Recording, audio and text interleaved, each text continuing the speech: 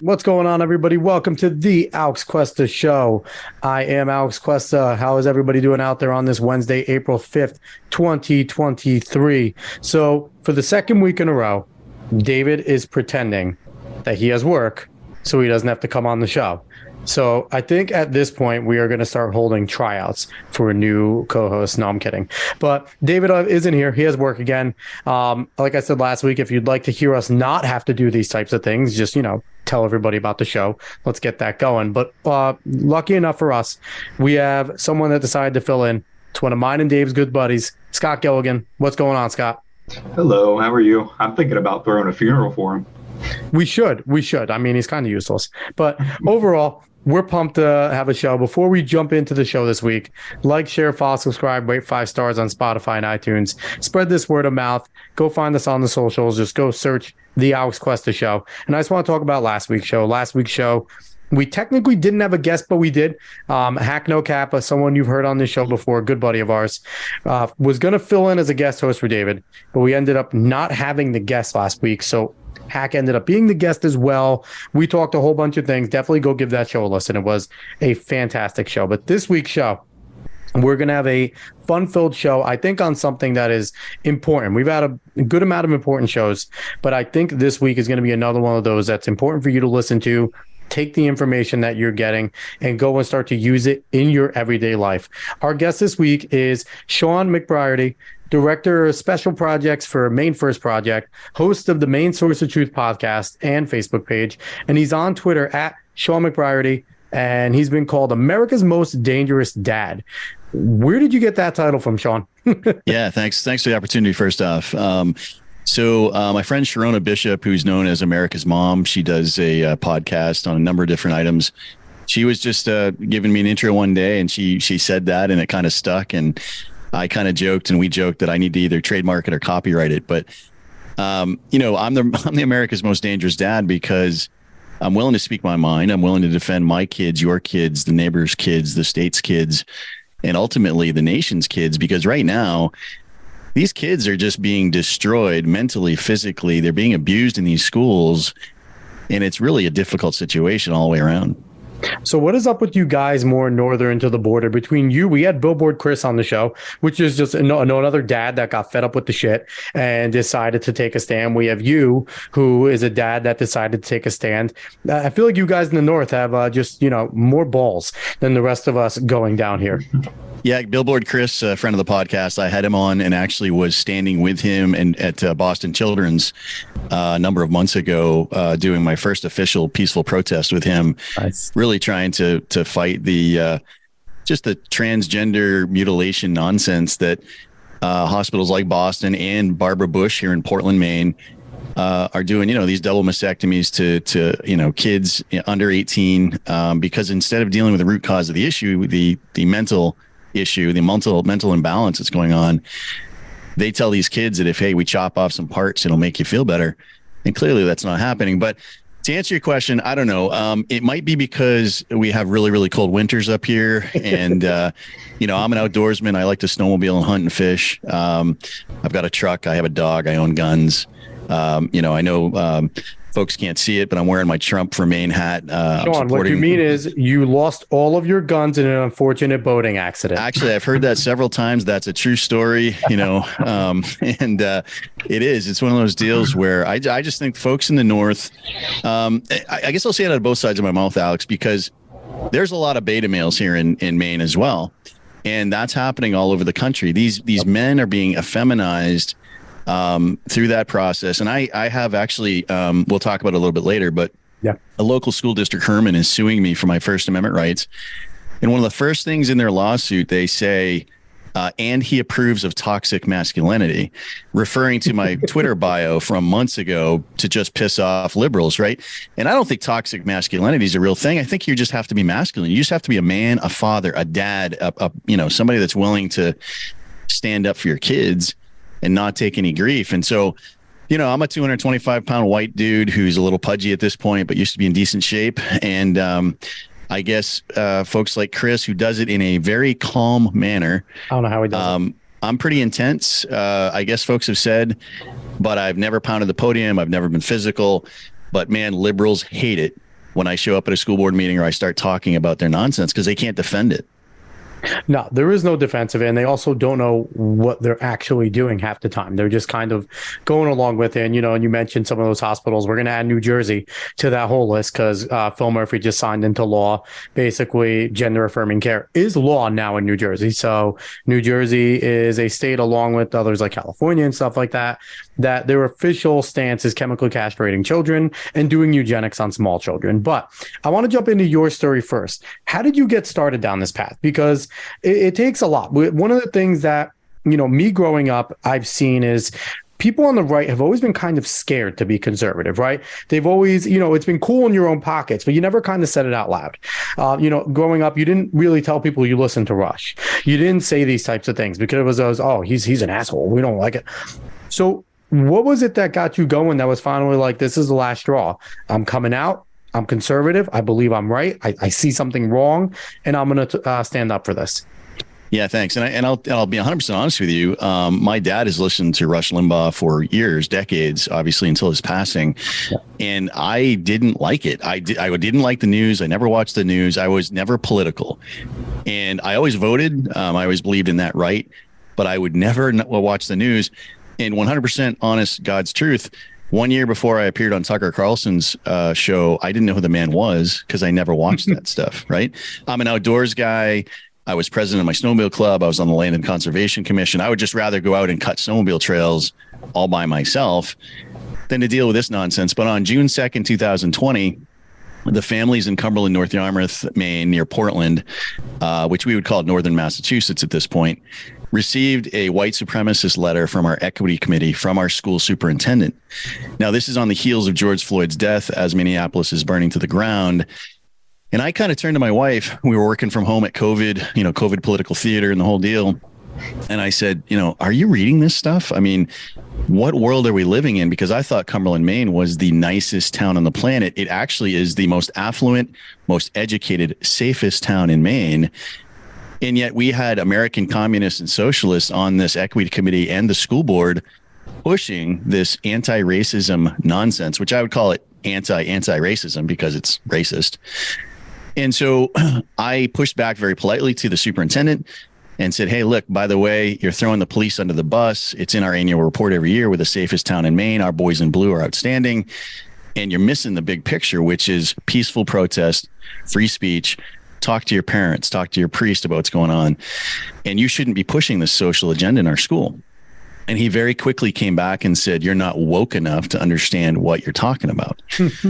So I went back and I was a store manager of a supermarket. I had 150 employees. We had 10,000 customers a week. I always treated everybody with respect, regardless of skin color, dress code, sexuality, creed, whatever. They were a customer and you had to treat them appropriately. Yeah.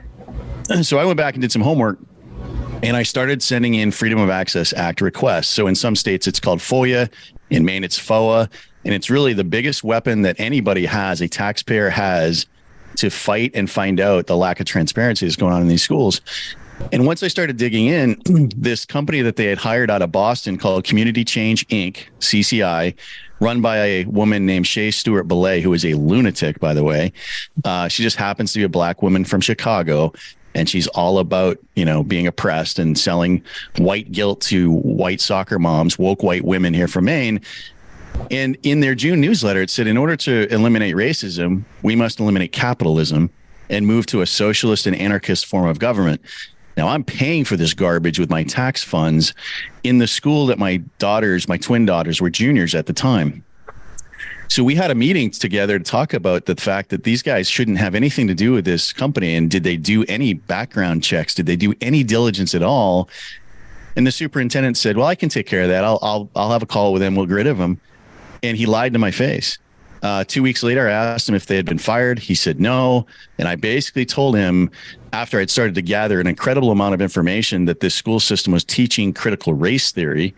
So CRT, the very easy definition for anybody listening, is anytime that skin color is used over content of character, and anytime you are an oppressed or an oppressor group based on the melanin count in your skin.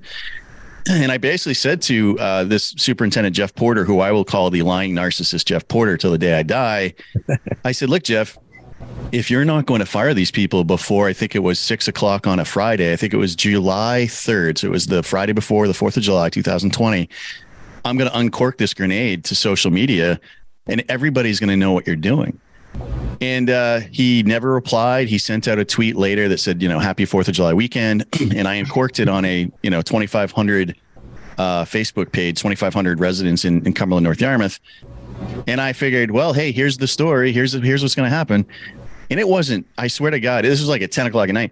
It wasn't 30 seconds later until the first leftist popped on and said, hey, are you not saying, are you saying that this anti-racism work is not important and you must be a racist and you must be privileged and, the whole deal, right? Yep. So anyway, longer story short on that, I got thrown out of a couple of school board meetings. I was ready to go to jail to protect my First Amendment rights. I didn't want to go to jail, but I was ready to go. The school board chair, Tyler McGinley, and Maximowicz, both of which I would call American communists, they met with the town manager and police chief to basically try to get me thrown out. And they had a little meeting. Quickly, you didn't mention this. You had twins in the school at the time, juniors, right? Yeah. So I think now we're probably we're probably in our senior year because it's in the fall. So they're approaching their senior year.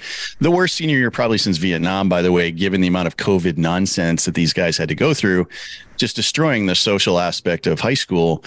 It was a cluster, but I ended up fighting, and every day I was exposing them, and more parents were asking questions, and more parents were really kind of back and forth because in the town, half the town thought I was a hero and half the town thought I was a zero because we're so divided in America. Every single small town, including Cumberland, Maine, a town of 10,000 people, half of them thought, hey, this guy is a right-wing extremist, right? And I'm just like, holy crap, I'm just a dad trying to figure out why I don't want you to spend my money on calling people racist. You know something, Shawn? I've also found as I think back at my education, we didn't learn much about communism. In public schools, we basically went from World War II, kind of skipped a little bit, Cold War, Cuban Missile Crisis, and McCarthy, and calling everybody a communist. That is what my extent of remembering communism. It wasn't until I was older that I took it upon myself to learn about Maoist China, to kind of read excerpts of the Gulag Archipelago, to learn about Pol Pot and things like that, and realize that people wearing the Che Guevara on their shirt are absolute morons because Che Guevara was an absolute Marxist revolutionary.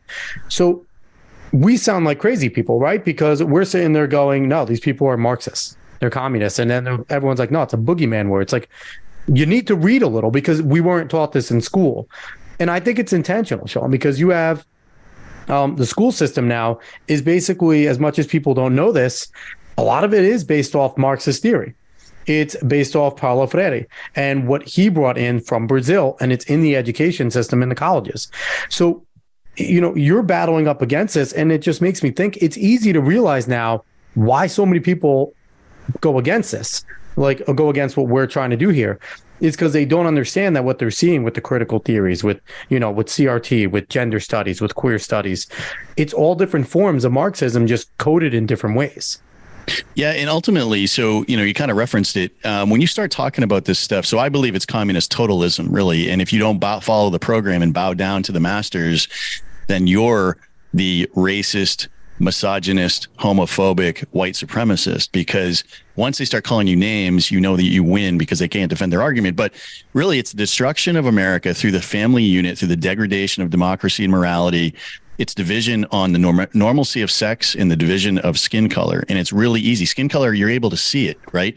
Yep. So when they're teaching 5-year-old kids, which is what I just, discovered in this MSAD 51 in Cumberland, Maine, and Greeley, allegedly the best school system in Maine, they were teaching kids in kindergarten and they were giving them books all about skin color and the difference. And it was horrible. But so we spin forward. I'm fighting for a year. We get to a point where they eventually kick me off campus and say, you cannot attend your senior daughter's graduation because you've been exposing us for critical race theory for the last year and fighting us tooth and nail. And it was one of those things where I remember the police officer pulling up to my yard, and I was friends with all the police officers down there, great group of guys.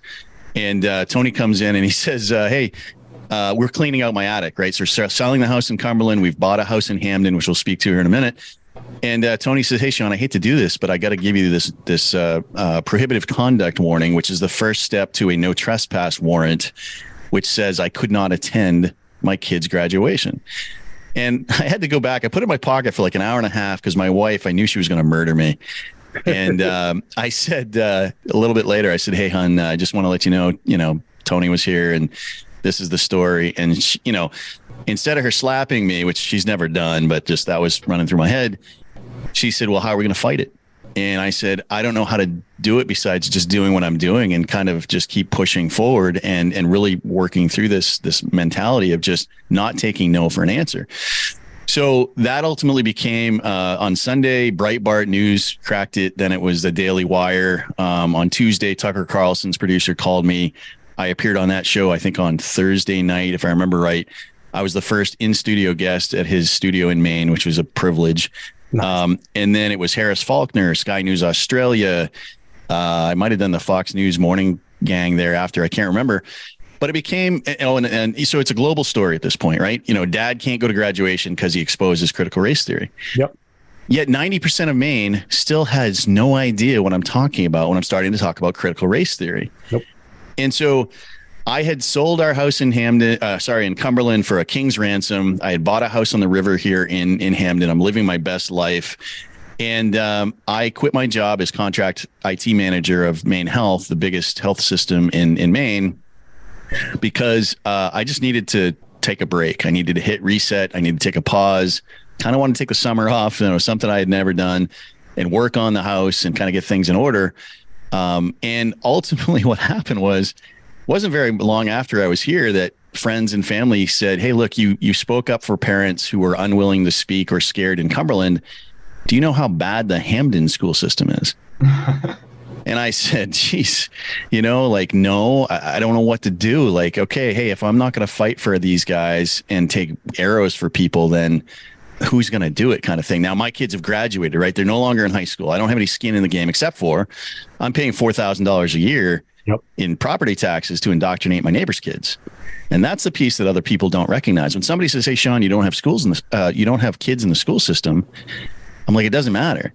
We're paying to indoctrinate our neighbors' kids. So I started doing some homework on the 2022 Maine Teacher of the Year as designated by the woke Maine Department of Education. Her name is Kelsey Stoyanova. And she came out with a book list, which very quickly I found critical race theory, Ibram X. Kendi. I found anti-father, anti-police, transgender, LGBTQ, and hardcore kiddie porn, children porn, not to be confused with cat porn, and I'll mention that later. But it was very easy to see that this was a political leftist agenda. And Kelsey had in her classroom, the classroom that we as taxpayers allow her to teach in, and she has not lost her job from this whole thing. She's in fact been celebrated even further. She had a poster on the wall for "All Boys Aren't Blue." And I will dare anybody to take "All Boys Aren't Blue" and sit down in the middle of a middle school, playground and start reading from this graphic, hardcore sexuality book. And she was pushing it with prizes, incentives, and daily announcements to 11-year-olds. Right now, I don't remember exactly what I was doing when I was 11, but I was probably trying to play wiffle ball and basketball and maybe occasionally try to go to a dance. And maybe I was tee-heeing around girls.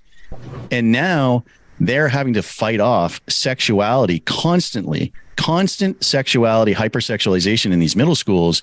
And I have testimony from multiple students that say the levels of anxiety, depression, and thoughts of suicide are through the roof because they can't just be kids anymore. Certainly. And, and you mentioned earlier about how people are being instead of having a mental diagnosis treated as a kid with gender dysphoria and I want to just push back a little against that is I don't think any of these damn kids really have gender dysphoria. I think so few of them have it. What they're doing is they're going through normal puberty. When you go through puberty, everything's worse. Your emotions are everywhere. A zit ends your fucking life. It's like things are crazy. You don't know what you want and you're changing and all this. And anxiety, pressure, all these things are a part of it. But now we're sitting there and treating puberty as if these normal things going on are actual gigantic medical problems and not just a normal process of being a kid. Now, there's certainly something to being said about social media exacerbating some of this, right? Because back in the day, you had always had kids that got bullied. But what was the thing? They got bullied. Once they were out of school, the bullying was basically done. You could always go hang out with your group of friends, hopefully not cross that group of friends you didn't like. And then, school might suck, but at least you got away from it. Now they never get away from it. So I kind of understand maybe some things are getting a little worse, but not to the point where we've taken it. So, or how it's been taken, not we, but how it's been taken. And I do have to ask you real quick. You're a proponent of school choice, right? You believe that we should do school choice. What's going on in Maine? Is Maine anywhere closer to getting there? Are you fighting for that over there? Well, we're fighting for it. We have no chance in hell because our worst governor we've ever had, Janet Mills, is a leftist progressive Democrat. The House and Senate are controlled by leftist Democrats. Our DA, who just got caught today for a sexual scandal inside his own office, is a Democrat. And so you hit on some good topics there. And I want to back up for 2 seconds. Sure. One of the things I had She Van Fleet on my podcast a little while back, a few weeks ago. And she was able to come to America from communist China, I think when she was 26. But she went through the whole communist piece of Mao and seeing, people get killed. And we talked about the Red Guard. And the Red Guard in China was basically what's happening today with these kids in school. And what I'll call the trans cultists, they're being turned. It's an enablement of mental illness. There are kids that are, needing attention, and these schools are giving them parties when they come out in their gayness when they're 11, 10, 11 years old or younger in some cases. But really now today, it's the Blue Guard. It is the Democrat National Committee. It is Democrat driven. 99 out of 100 people who have attacked me over the last 3 years are registered Democrats because I used to keep a spreadsheet. And basically what I'm seeing is it's not the old school Democrats. It's not like my grandfather, who was a sheriff of Somerset County here for 20 years, who ran as a Democrat. It's not like my uncle, who was in the legislature, that was a Democrat. This is liberal progressivism. And again, it's a communist indoctrination. It's Maoist in its form. And again, their whole goal is to divide and divide and divide. And so these kids that they're enabling this mental illness, saying that, hey, yeah, you can be a dog or a sheep, or if you want to be 63 genders, like in Herman, Maine, you can do whatever you want. And I think in San Francisco now, they're up to 93 different genders. It's a bunch of nonsense. It's a bunch of complete horse crap. And instead of them saying, hey, listen, Karen, why don't you take off those ears and the tail and get back to class? I'm going to kick your ass out of school. They now say that they're a trans species in a protected class, and you can't say anything to her. In fact, if you're a teacher and you don't bark back or meow back to that, furry in a classroom, your ass is on the line, not the kids. And so it's just, these schools are just evil incarnate at this point. But to answer your question, educational freedom is what I preach. And I say to every single parent, take your kids out of these schools tomorrow. They are irreparably broken. There is no fixing them. They've screwed them up for decades. We're not going to fix them in weeks, okay?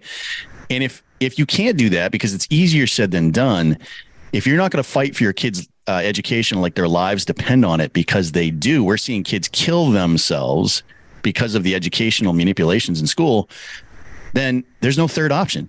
You either fight like hell every moment to save your kid, or you pull them out. So educational freedom, in my opinion, is a no strings attached. The tax money, property tax money follows your child, homeschool, Christian school, whatever it is. But we have no chance in hell, at least for the next 2 to 4 years here in Maine, because the Maine GOP are a bunch of rhino wussies. Yeah, a lot of the GOP. That is a national GOP problem. But my only pushback against school choice, and I don't think it's a bad option, my pushback is, I mentioned Paulo Freire and the university system, and that's where they're learning it. Even if you do pull your kid out of the school and say you get them to that private school or that really good Christian school, where do you think they're getting their pool of teachers from? Even Christian schools, they have to have, degrees in education, right? In order to teach there. It's still, it doesn't necessarily solve the problem. School choice, and I think a bigger way to fight this is, and I agree with you, would fight like hell. My bigger way to do it would be, especially if you're going to pull your kid out to homeschool them, right? Then obviously you have the ability and time to do that.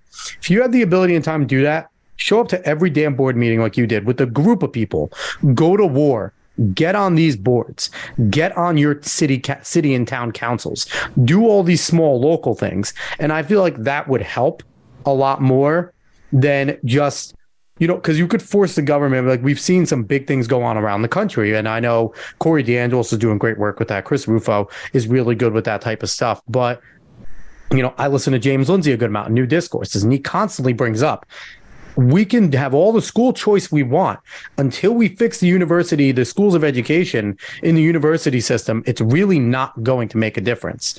And I think he's more right in that front because, you have these elite private schools. Let's pull our kids out and send them to the private schools that send these kids to Harvard and Yale, which are the two most woke places on the planet. So it's like, as much as I do like the concept of school choice, I think we have other things that we need to beat back first in order to make school choice a viable option. Yeah, no doubt. I agree with you 100%. And one of the things, we talked a little bit before the show about what do you do to fight back? And I mentioned Freedom of Access Act. That's your most powerful weapon. They do not want to be transparent. They don't want you to know what's going on behind the scenes. They don't know where you want you to know where the money's going. The big grift right now in Maine is social workers, pumping social workers into the school. I was at the Herman school board meeting the other night, of which I got shut out of public comment and like 4 or 5 deputy sheriffs showed up. But anyway, whatever. Basically, they had a $1.8 million line item for mental health for the school on an $18 or $19 million budget. So whatever that math is, 10% of their budget was going to go towards mental health. So what they're trying to say is, we're going to now we're going to give you the dream scenario to solve for the nightmare that we've caused the last 3 years. So there's only 2 things in Maine that the school board is responsible for. One is creating policy. So if you can flip the bench like the Supreme Court and get one more conservative critical thinking voice on the school board, you win. And I agree 100%. That's a 2 or 3 year cycle. Yeah. I 100% support it. You've got to get in there and find candidates and displace these leftist progressives. You have to know who's voting for what. And it's pretty easy. All you got to do is go to your town clerk and say, I want the voting party of record of all of these school board members. And you'll find very quickly whether or not 7 out of the 10 or 11 people are Democrats. And that probably gives you an indication that you're screwed. Yep. And you've got a long road to hoe. But speaking at school board meetings, attending school board meetings, exposure. I tell parents we're in a 3-act play. Exposure is the first act, and we're stuck there in Maine because no local media will cover this.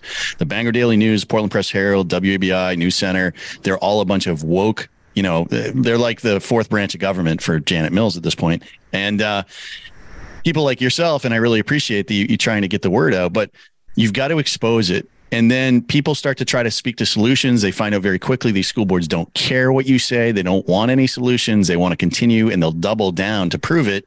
And lastly, I say, if you can speed up to the 3rd act in the play, which is taking back local control of your school board, that's what you got to do. So I think these skirmish battles, these book challenges and a bunch of other nonsense, you can go through all that stuff.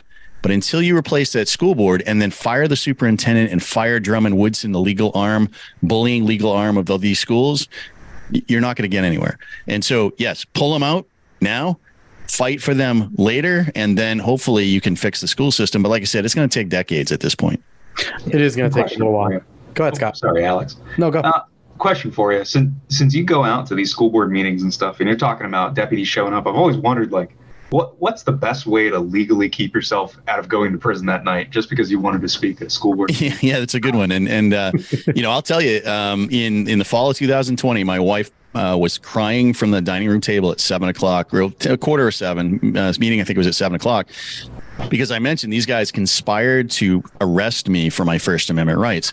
So I think people need to go back. They need to read the 14th and First Amendment of the Constitution, something that, again, they don't teach in school anymore. Nope. Read your state constitution. In Maine, it actually says in our state constitution that students are supposed to be taught it. They're not. They're breaking the law. But to answer your question, I have a great relationship with almost all of the police forces. I'm very upfront and transparent. I usually get with the police chief in the town that I'm going to speak with ahead of time. And I say, hey, here's how this is going to go. I'm going to mention a groomer teacher at the podium. They're going to lose their shit. And then they're going to shut me down. And I'm going to stand there until you try to remove me. And now you're in a difficult spot, officer or deputy, because you took an oath to fight for the Constitution of the United States, an oath under God, by the way. And I'm not doing anything wrong. I'm just using my First Amendment rights. So have they it's a told roundabout. You flat out not to go?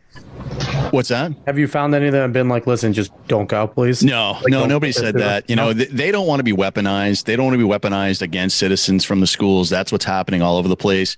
I had Scott Smith from Loudoun County, Virginia on my podcast, and ultimately he came up here about a month ago and went snowmobiling with me. But Scott was the unfortunate father whose daughter was raped in the bathroom by a biological male wearing a dress, calling themselves a transgender woman in Loudoun County, Virginia. Yep.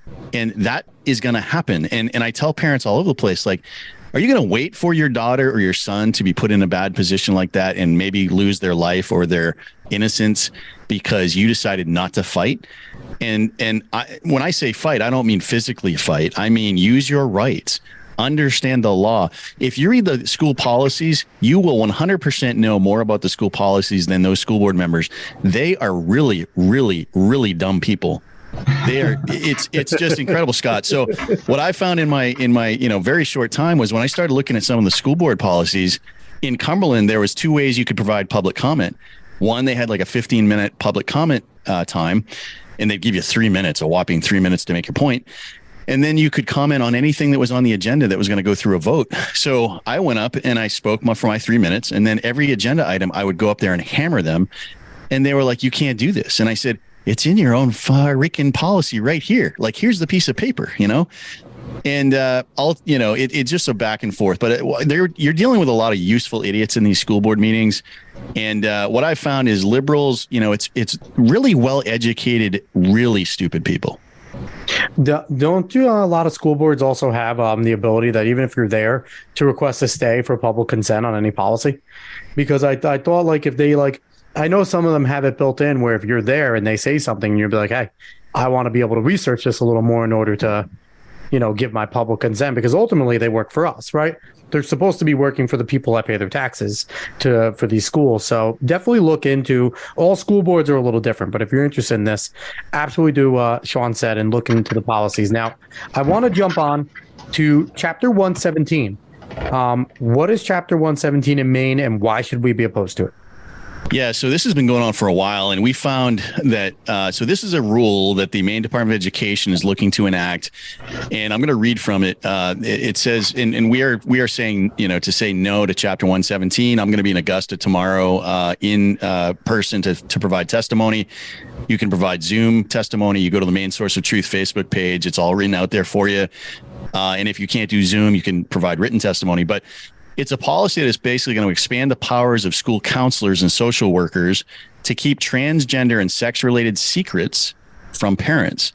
And this results in separating children from their parents under emotional blackmail that parents are not safe and that they're abusive for not succumbing to this transgender ideological cult that is in the schools. And so what we've seen here is in Damascotta, Maine, a little town on the coast, 2,500 people, the quaintest little town, picturesque town you'd ever want to see in Maine.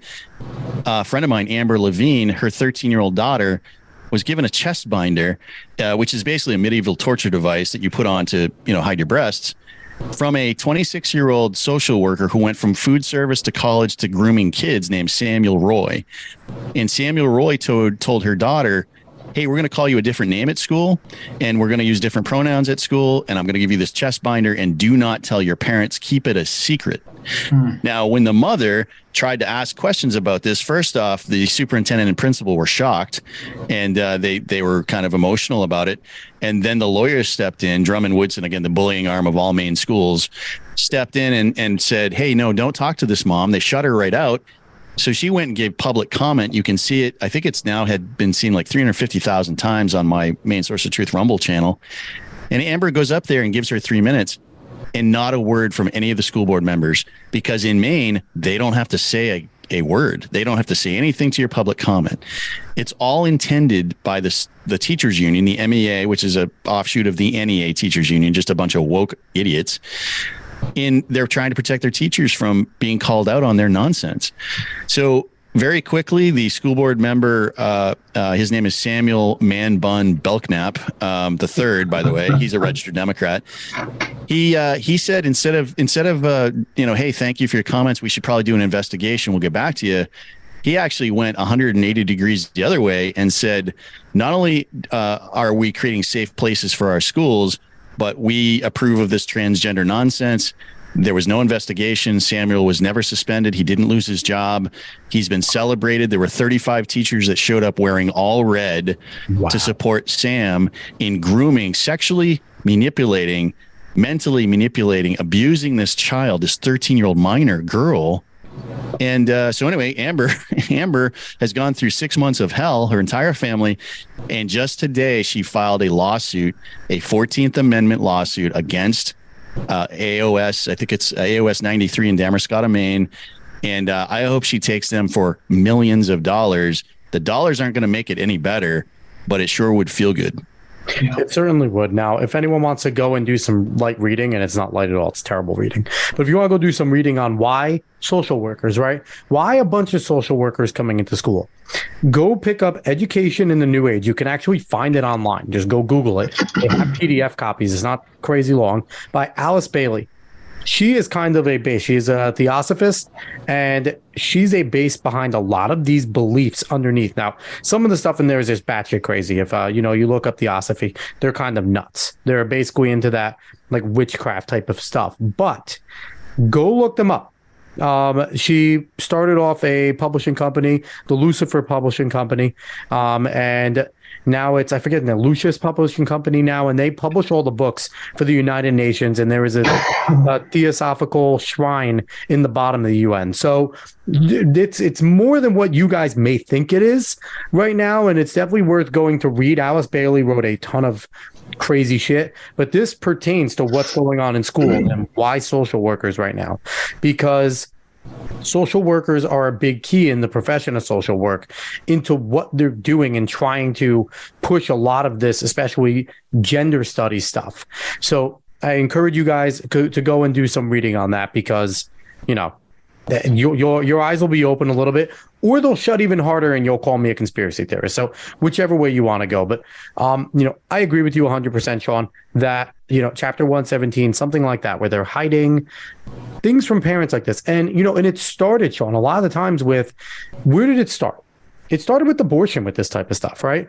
Where this type of stuff was going on, where people would facilitate abortions for young girls without their parents' knowledge. And because of the rules of abortion, their parents never actually had to be privy to it in a bunch of states.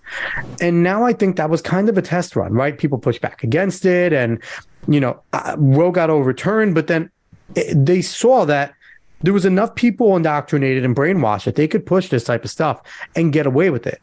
And now we're seeing that next level. So what can people do that, is there anywhere, you said they can go on the Maine Source of Truth page to go and leave some comment on it. Is there anything that they should look up before leaving the comment? Any source that you can? Yeah, so we've got some artifacts there. Yeah, we've got some artifacts from Courage is a Habit. Alvin Louis is a great guy. He's been fighting in Maine, and we've been partnering on these things. But we put together a half dozen of these artifacts on various social workers, the American School Counselors Association, the National Association of Social Workers. We've got people in here that are school board members, teachers. It's just, these are like the dirty half dozen in Maine, but there are hundreds of examples on the Maine Source of Truth Facebook page. I don't know how many examples parents need, but what I'm finding is it's kind of like a fight, flight, or freeze situation. When I say, hey, there's pornography in your library, and these people like Samuel Roy are looking to take your child from you, physically take your child from you. And the other piece is that when Amber fought back and provided testimony, 4 days later, Child Protective Services showed up at her door, just like the FBI is doing now, to try to influence her to not go any further. Now, ultimately, after about 90 days, they provided her a report that said, yeah, no big deal, you're a good parent. But they're being weaponized. These, it's the Maine Department of Education, it's the Maine Library Association, it's the Maine School Management Association, it's Principals Association. It's all of these organizations that are grifting on the taxpayer. It's huge business. In Maine, education is a $3 billion line item on the budget. And but to answer your question, yeah, I would say if anybody wants to listen to any of the educational horrors on the Maine Source of Truth podcast, you can find it anywhere: Google, Spotify, Apple, wherever. I think I've done 60 episodes. I don't do them every week. It just depends on kind of what's going on. But I've had some really great guests from all around the country. Chloe Cole, I mentioned Billboard Chris, Nicole Solis, who's a warrior, Scott Smith, a lot of these folks. And do your homework. But it shouldn't take you more than 15, 20 minutes of reading, because I've given you all of the information you need to really, really be scared for your children's lives. That's how bad this shit is right now at this point. So I would just say, hey, follow me on Twitter at Shawn McBreairty. Look at the YouTube videos, look at the Rumble channel, follow the podcast, follow us online on Facebook. And there's more than enough information to go down the rabbit hole. And you could literally spend all day looking at these examples. So have you found that any of the school board people have said that it's not porn because it's drawn and it's not pictures? Because I feel like that's one of the ways that a lot of them try to get around it, right? Like, no, this isn't a pornographic image, it was drawn. That's just an expression of art. Have you found them trying to use that at all? Yeah, the librarians are the worst people in existence at this point in time. They're the most radicalized, taxpayer-funded educational terrorists. And I don't use that word lightly. They are educational terrorists. They are putting pornography in the hands of children to normalize sex, because I believe if you can get an 11-year-old to pick their pronoun, that math teacher can get that 11-year-old to pick them as a sexual partner. That's how bad this stuff is. And again, once innocence is lost, it is never regained. Once it's out of the toothpaste tube, you can't stuff it back in, right?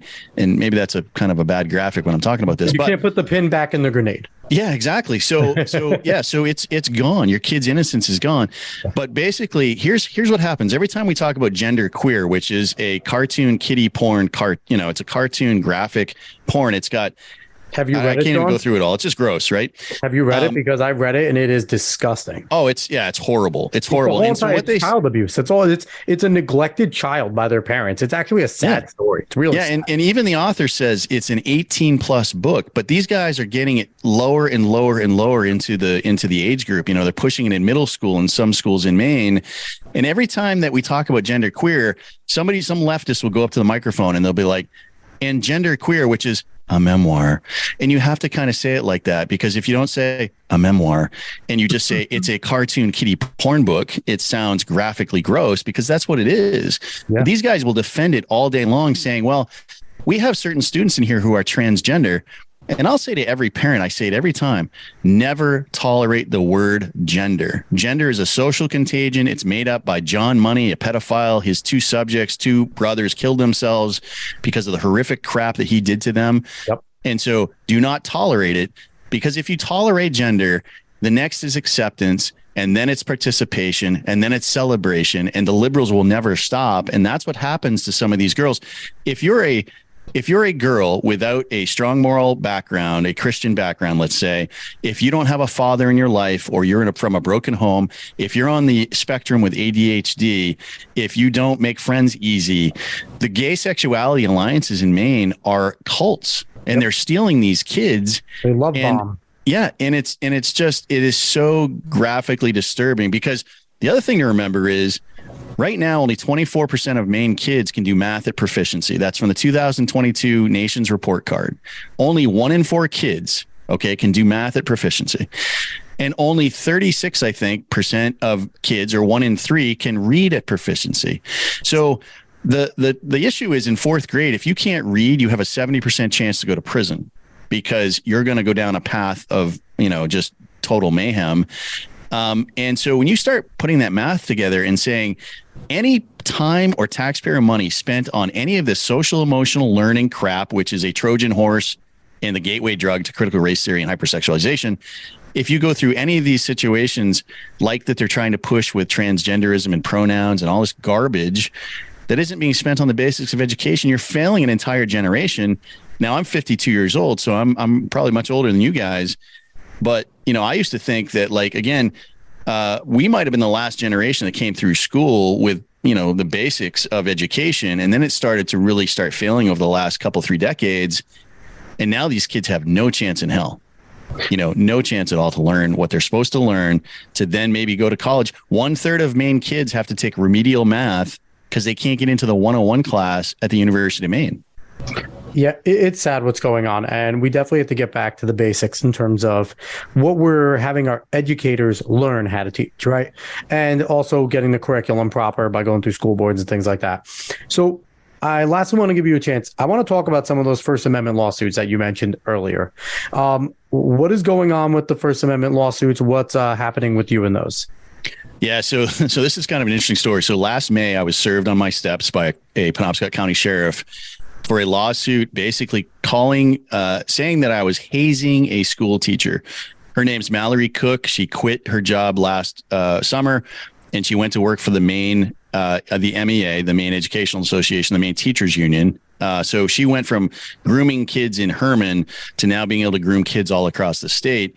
And the magic word for me was sexual predator. I called her a sexual predator. Might have been on my podcast. I believe I can back that statement up because there's multiple things here. And first off, she did an anti-Trump, pro-Bernie Sanders, Maine People's Alliance video from the classroom she operates in the fall of 2020 with taxpayer-funded equipment. Okay, first off, that broke a bunch of policies.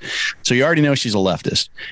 She was the paid faculty advisor to the Gay Sexuality Alliance, a taxpayer-paid cult inside these schools, talking sex with kids after school. So if you have a kid, you can send them to soccer band course or talk sex with a 40-year-old teacher after class. Okay. Then she got a... Oh, Scott, go ahead. No, I said hard choice. Yeah, right. I know. And parents didn't know what it was because it just said GSA on the extracurricular list. Nobody had a clue what it was until I broke that open. And Chris Ruffo, you mentioned that earlier. Yep. He busted it wide open last summer. It's a 4,000 school, 40 school, multi-million-dollar situation sponsored by, I think, might be Castle. I can't remember. It's probably Castle, the SEL. Yeah. And you know, millions and millions of dollars going into the sexualization of your children. But anyway, the last thing with there is she got $1,000 grant from the MEA Teachers Union to create a 40-book transgender library display that also displayed 63 different genders to kids as young as 13 in high school, in Herman High School. So first off, I wasn't hazing a teacher.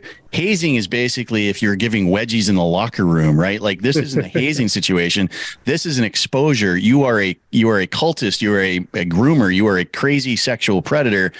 And in this situation, I was like, look, we'll fight this right to the Supreme Court. I've got a great group of lawyers, Randazza Legal Group and Center for American Liberty, and we will win it. We've got a hearing coming up in April for that. But it was all about me going to the school board and exposing them, and they don't want it. Like I said, they don't want any of this stuff out to parents because parents don't know right now. Not enough parents do. Then I had to sue my local school board here in Hamden because they threw me off the podium when I mentioned Kelsey Stoyanova's name. Again, super groomer Kelsey Stoyanova, 2022 Groomer of the Year, because, again, the teachers union in Maine wants to protect them from all negative situations, basically. And we won a federal decision from an Obama appointed judge, a 28-page letter that basically said, I don't really like how Shawn does it, but you have to listen to him and you have to let him say what he wants to say. Now, we won that. We won a $40,000 lawsuit of which I didn't take a penny of taxpayer dollars. It all went to legal bills. And then in February and March, the same guy, Heath Miller, who is another useful idiot, he's a cow farmer from Newburgh. He's truly a useful idiot. He threw me out again twice with police presence. And so we had to sue him again. So right now we're suing my local school district again in a federal lawsuit. And ultimately, I want to galvanize parents' rights to go to the podium and say anything they want as long as they don't incite violence and they don't use actual obscenities, which I would say are the 7 things that George Carlin said you can't say on TV. Anything beyond that, they can control time, place, and manner restrictions, and that's it. And then lastly, I've sued Herman, who is suing me for willful FOA violations, First Amendment violations, and color of law violations because he called 911 on me because I took a selfie of him in the superintendent's office. I've got all the reports to prove that. It's as stupid as it sounds. I took a selfie picture. The superintendent lost his shit and called 911 and had a deputy come to escort me off of the premises because I was trying to get information from a Drummond Woodson lawyer handbook, which said things like to superintendents to hoard your cash when it comes to the budget. So wow. Again, FOA request, exposure, cracking down this lack of transparency. I hope we win all of these. But right now, I think I did add it up before I came on. I think I owe my lawyer like $58,000. Now, I'm not pleading financial ruin. But what I've said to people is I'm not going to use my kids' college fund to fight for our rights and your rights.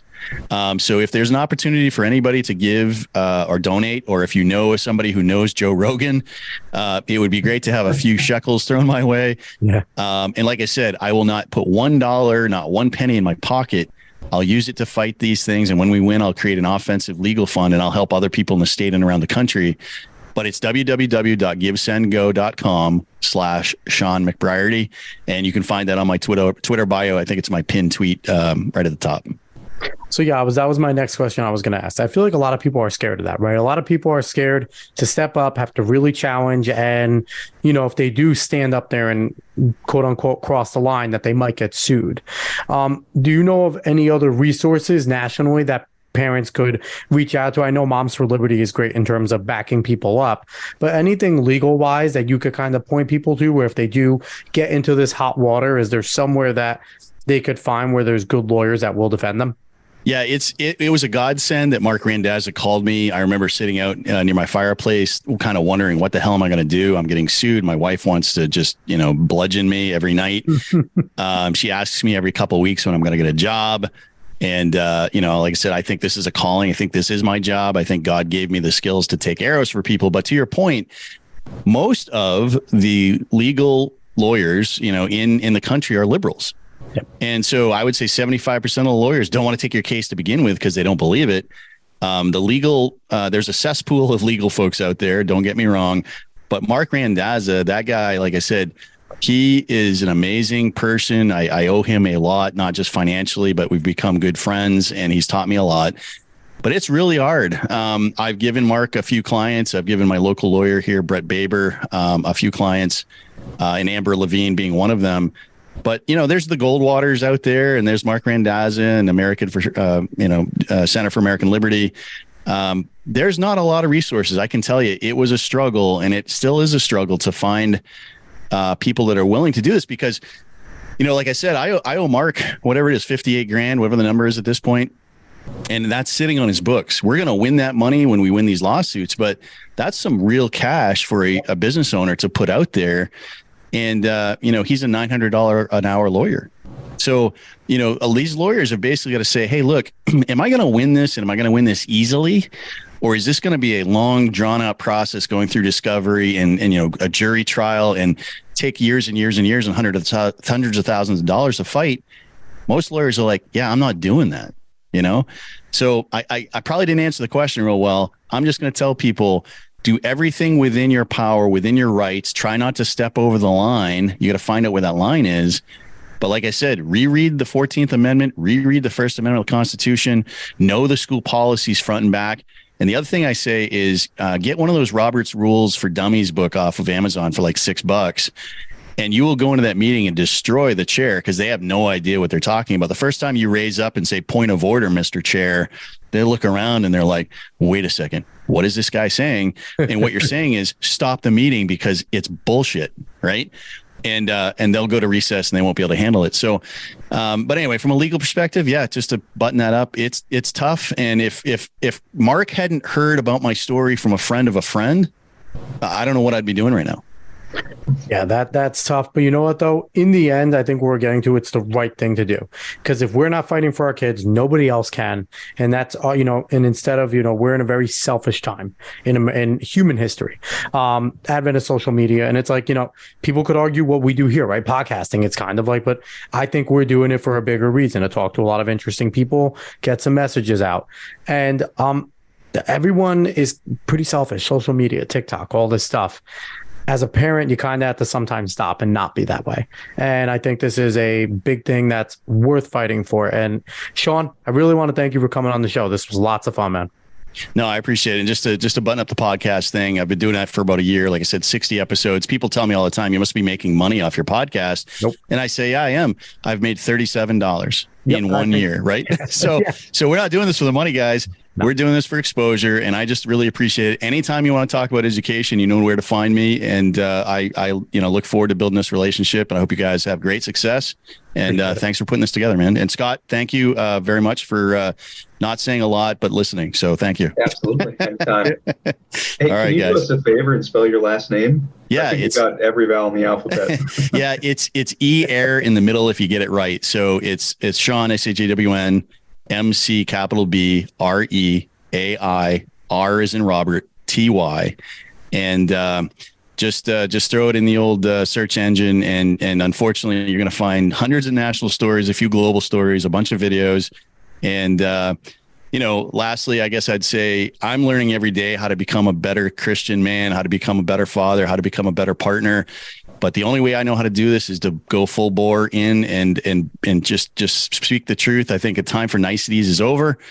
And you just got to say what you got to say, because these kids have got to be worth it to you. And it's the only reason that we're existing on this planet. Scott, do you have anything else to add before we jump out of here, brother? No, that was great. Thanks for the lessons on what the hell they're doing in school. The chest binding thing, fucking crazy. I mean, I can just imagine the left's reaction to if it was happening in the Catholic Church. Like, it would be a fucking meltdown. Let alone here, it's a state-funded property. That's just insane. Yeah, no, insane is a good way to call it, yeah. But if it was happening in a mosque, they'd be cool with it. But I digress. But anyway, again, this is the Alex Cuesta Show. He is Shawn McBreairty. Please go listen to the Maine Source of Truth podcast. He has on some fantastic guests that I would love to poach from him. And also, go ahead to his Twitter, at Shawn McBreairty. He just spelled it out for you. Go look him up. Go support him. Support his causes in any way you can. Even subscribing to his show. That is a small thing that you could do. It's free. Go do that. And if you like an episode, listen, share that with people. Word of mouth is the biggest way that we can grow in the podcast space. If you like what you're hearing here, you like a lot of the, conservative content, the nerdy content, the sports content that we bring on this show, tell someone like, hey, you like podcasts? Oh, yeah. You like that Joe Rogan guy? Alex Cuesta Show. It's pretty cool. It's not like Joe Rogan. They do some different stuff, pretty conservative. If you like that, go for it. That's the best way that we get out there. And if you're very passionate about education, you've been hearing some fucked up things going on, but you don't necessarily know what they are, go find Shawn. Maine Source of Truth. That's the reason why he's there, to kind of let people know. And listen, if it's happening in Maine, you got to think it's happening everywhere else, because Maine is essentially Canada. They're really nice people. And if it's going on there, then it's definitely going on at a school near you. So be a good person, step the game up. And we really appreciate all this stuff that, just anyone listening right now, we appreciate you there. So like, share, follow, subscribe, rate us 5 stars. If you like it, go find us on the socials, and we will be back again next week with another great show. So long, everybody.